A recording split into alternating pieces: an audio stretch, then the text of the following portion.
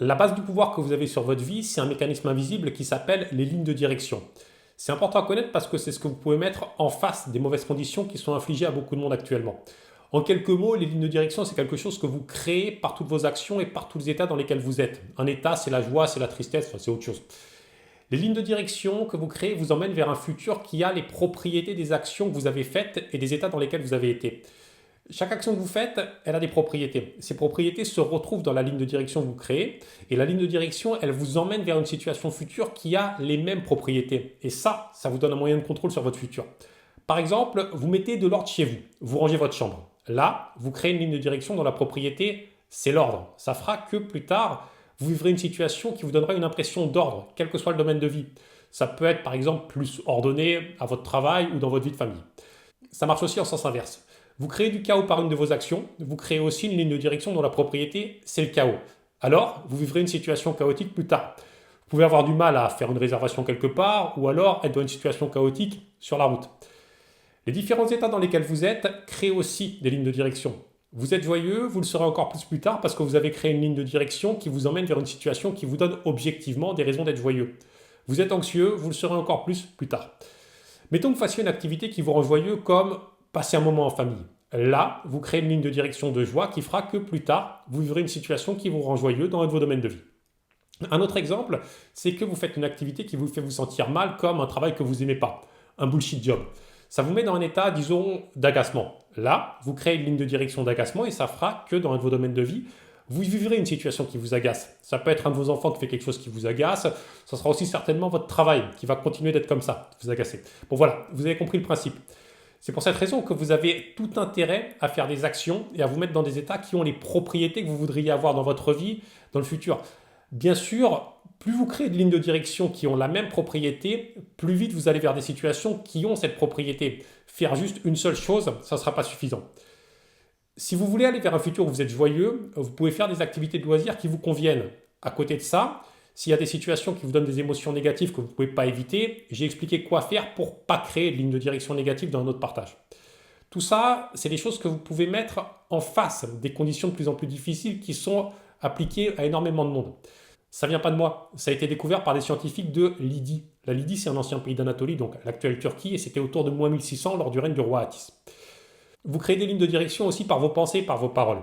Pour vos pensées, c'est simple à comprendre. Les pensées que vous avez, elles vous mettent dans un état et donc vous créez des lignes de direction.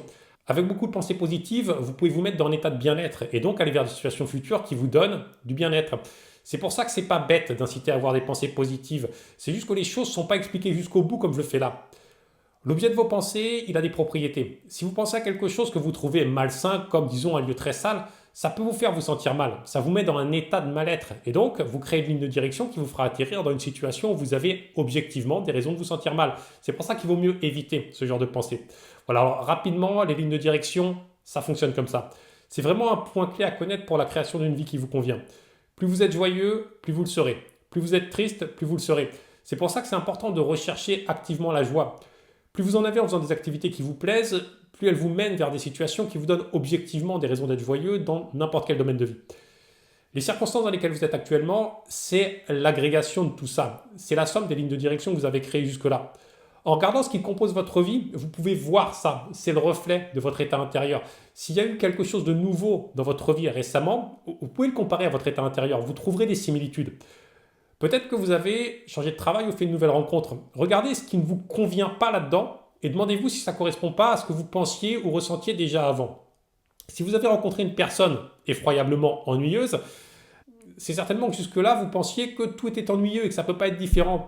Vous avez envoyé souvent des lignes de direction avec cette propriété, l'ennui, et donc ça vous fait arriver dans une situation où vous avez des raisons objectives de ressentir de l'ennui. Si vous avez changé de travail récemment, comparez ce qui s'y passe et comment il vous fait vous sentir à ce que vous pensiez avant et aux états dans lesquels vous étiez souvent avant de le commencer. Ça peut être que votre travail provoque en vous un sentiment d'absence de contrôle ou d'absurdité. Est-ce qu'avant d'y arriver, vous ne trouviez pas que les choses étaient déjà comme ça, hors de contrôle et absurdes? En cherchant de cette façon, en regardant votre vie de cette façon, vous trouverez beaucoup de choses. Je vous invite à explorer tout ça parce qu'avec les conditions économiques de maintenant, c'est très difficile d'arriver à une situation vraiment satisfaisante. En essayant de plier les conditions dans lesquelles vous êtes à votre avantage, il y a des chances que vous vous fatiguiez beaucoup. Mais si vous passez par les mécanismes invisibles, là, vous pouvez arriver à quelque chose. Ce que vous pouvez commencer par faire, c'est consacrer un peu de temps à faire une activité de loisir qui vous fait vous sentir bien. Comme ça, vous créez une ligne de direction de bien-être et ça aura un impact positif sur au moins un autre de vos domaines de vie. Plus vous créez de lignes de direction qui vont dans le même sens, plus vite vous pourrez arriver au résultat que vous voulez. Avec tout ça, vous comprenez que l'état dans lequel vous êtes détermine beaucoup ce que vous allez vivre dans le futur. Si vous êtes en colère tout le temps, vous allez vers des situations qui vous donnent raison objective d'être en colère. Votre état intérieur, vous avez du contrôle dessus, vous pouvez l'influencer un minimum. C'est peut-être même la seule chose qu'on peut contrôler, c'est ce qui se passe en soi.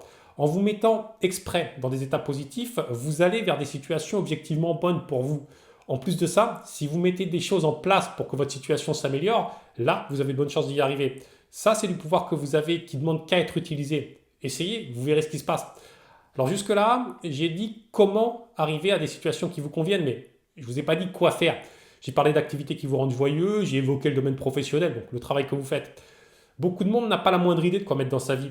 Et c'est là que l'astrologie intervient. C'est un autre pan du savoir des scientifiques lydiens. C'est ça qu'ils m'ont transmis. En sachant quels sujets et quelles activités vous correspondent, vous passerez des moments de qualité. Et donc, vous créez des lignes de direction de qualité qui vous emmènent vers des situations qui sont objectivement de bonne qualité, comme en ne manquant de rien, en ayant assez d'argent, assez tout ce qu'il vous faut. Dans les prochains partages, je vais aborder ce sujet. Je vous montrerai comment l'astrologie peut vous dire quel sujet mettre dans votre vie pour qu'elle vous satisfasse. Je mettrai ça en relation avec les principes que je partage là. Comme ça, vous aurez le quoi avec l'astrologie et le comment avec ces principes. Comment arriver à intégrer dans votre vie ce que l'astrologie vous dit. L'astrologie, c'est fait pour ça, c'est fait pour être utilisé avec ces principes.